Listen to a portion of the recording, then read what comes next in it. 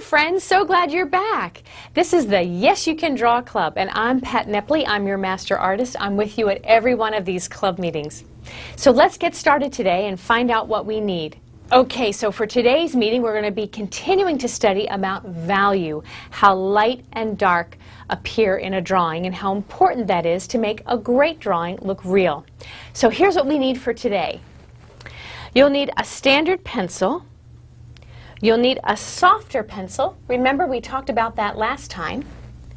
You'll need at least 2 sheets of white paper, a really good eraser, and something round that you can trace, like the lid to a margarine tub or a glass or a cup. Okay, so when we get started to talk about value, it's really important to understand with light and dark, you need to know where the light is coming from.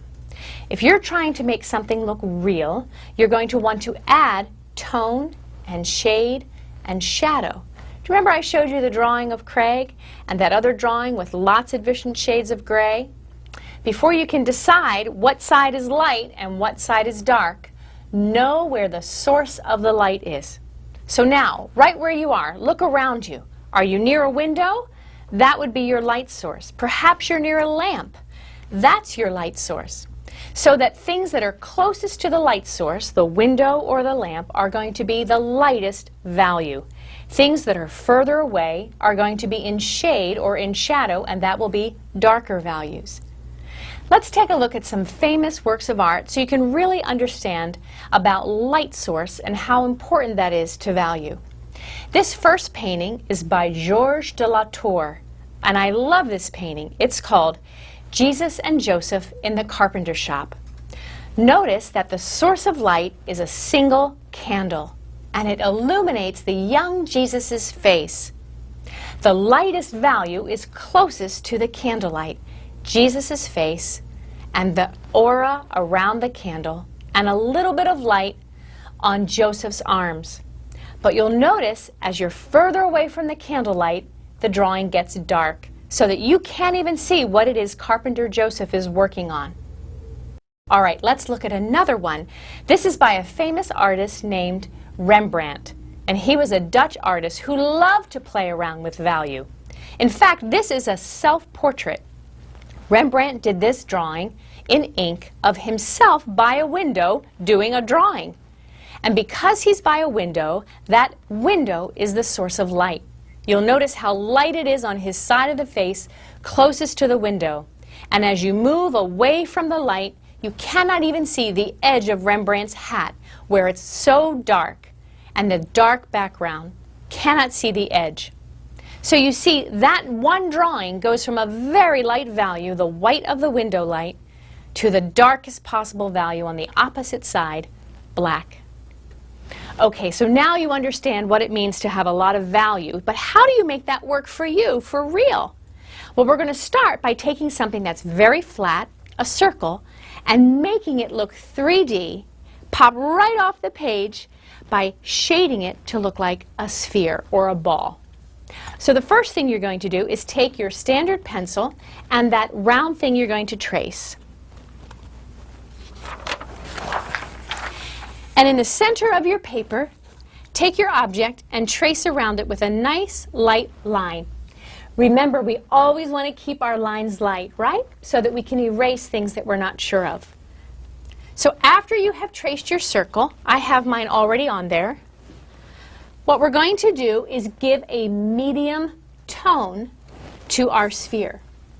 Now I'm going to shade in using the overhand grip. I'm going to use a softer pencil for shading.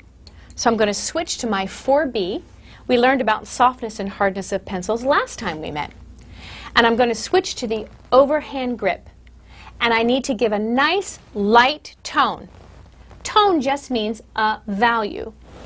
White, there's an absence of tone. So for my circle, I need to do a nice light tone. So why don't you do it along with me? Now when you're shading, let me just give you a tip. When you're shading objects, I'm sure you've colored in coloring books.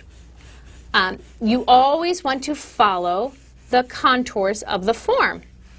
So in other words, I don't want to make my shading straight up and down lines on an object that's not straight up and down. So I'm shading by going around the contour of the form. We remember learning about what contour was in one of our early club meetings. And I'm giving the lightest shade that I can. Now, how do you do a light shade with a pencil? Light pressure. Do you remember that? So if you're having trouble doing a light tone, boys and girls, then pull your finger further away from the point of the pencil. It forces you to have a light touch. Now I'm going to give a nice light shade. Now the other thing you can do with a nice soft pencil is use your finger to help blend and shade it in. Now this is going to take some time to get it nice and even. Now what happens if it's not very even? If you have some dark spots, you take your eraser. Now if you're using a kneaded eraser, you can just dab at it like this. See? And then the darker spots go away. But that's why all of this value exercises takes practice. Now once I have my light tone, it's not a shaded sphere. It's filled in, but it doesn't look 3D. It will still look flat. We need to have value change in order to shade the sphere. So now I have a light tone throughout my whole ball. And I see I have a couple of spots that are darker, so I'm going to just blot those up with my eraser. Now that still looks pretty flat.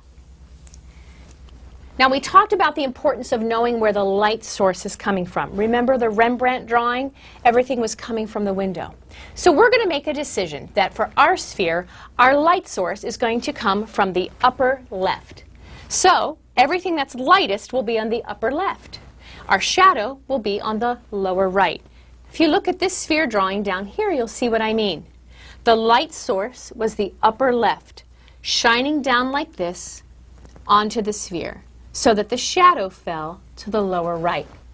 Knowing your light source and being consistent with your light source is a really important tip for young artists.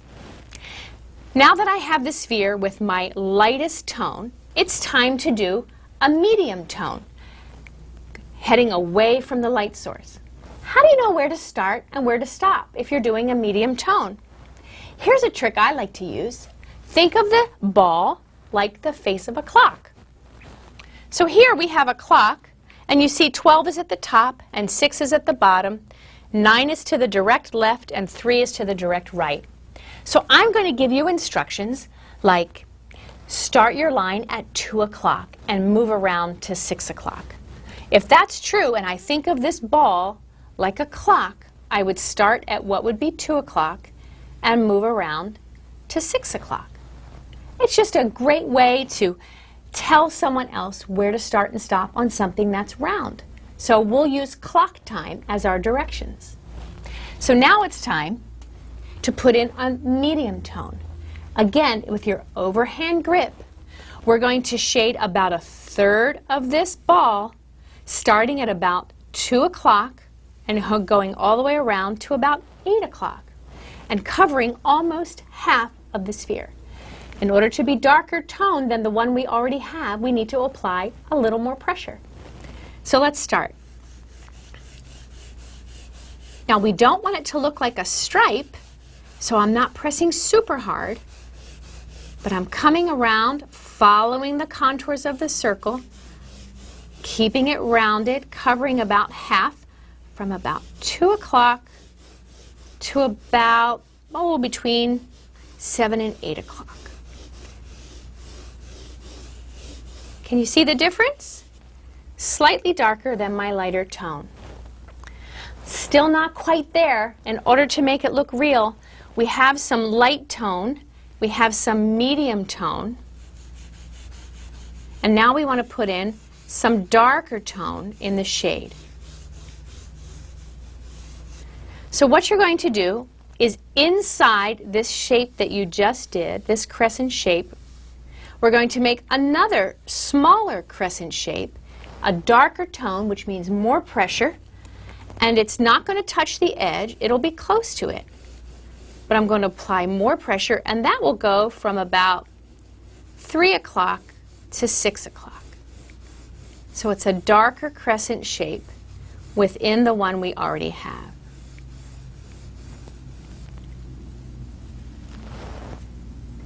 So I have a light tone, a medium tone, and a darker tone. It's not the darkest yet. Now, still not quite there. We have to give context to our ball. We don't want it to roll off the page, so we're going to give it a tabletop, and that will help us when we put in our shadow. So you can use anything you have handy, another piece of paper, or if you have a really good sense of how to draw a straight line, you're just going to draw. I think I'll use a piece of paper. I'll use my book. You're not going to draw over the sphere. You're going to just draw on either side of the sphere. And you're going to make 2 lines to show the tabletop that your ball is on.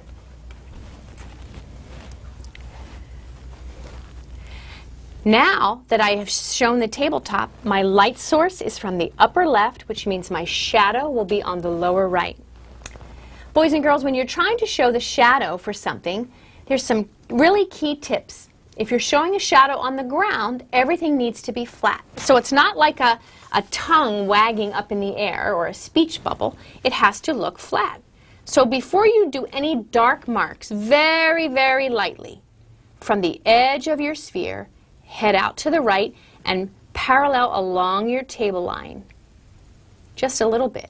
Round it, come right back, go under the sphere, and just a little bit around the sphere.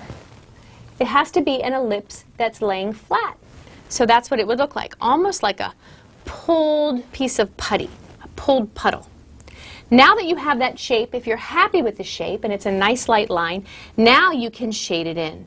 And this will be dark. But be very careful, don't go into your sphere. If you need to move to your basic grip to outline it, get a nice dark line that shows the edge of your sphere. This is going to be the darkest value on your drawing. Once I get out there, then I can use my overhand grip to shade in more quickly and get a nice sharp edge to my shadow. So you should see a lot of tones, light tone, medium tone, and now this is your dark tone. But don't shade in your shadow until you're sure it's the shape you want. Boy, that was a lot of wasn't it? Shade in your shape, in your shadow. Okay. So once you have a nice dark shadow, we're almost home. We're almost there. Up here in this light area, we know that the light source is coming from the upper left. So there's the last piece of this. We have tone, we have shade, we have shadow, and now we're going to put in what's called highlight. And that's where the light is the strongest on the object. That's going to be the brightest. So how do you do that? We've already shaded it in. Well, with our special tool, the eraser. Now I'm going to take my eraser and using probably from about 11 o'clock to 10 o'clock, like a little patch, I'm going to erase out from the edge of the ball. And that creates the highlight, where the light is the strongest. On this sphere down here, the highlight was a little bit larger because the light was closer. Now, if the light source was coming from the other direction, the highlight would be over here and the shadow would be on the opposite side. So always remember that, friends. When you're drawing and you're trying to pay close attention to value, your shadows are always in the opposite direction of the source of your light. Just think of our friend Rembrandt at the window. And that's how you shade a sphere, using tone, shade, shadow, and highlight. Now I want you to practice this week. Draw and trace lids all over the place and practice by changing the direction of the source of light in order to really learn how to use value to make things look real. That's all the time we have for today, but let's review what we've learned. If you're trying to shade something to look realistic, you need to add tone, shade, shadow, and highlight. And always remember where the source of your light comes from to make your value scale accurate. I can't wait for you to join me next week when we're going to mix value with color. That'll be so much fun. I'll see you next time.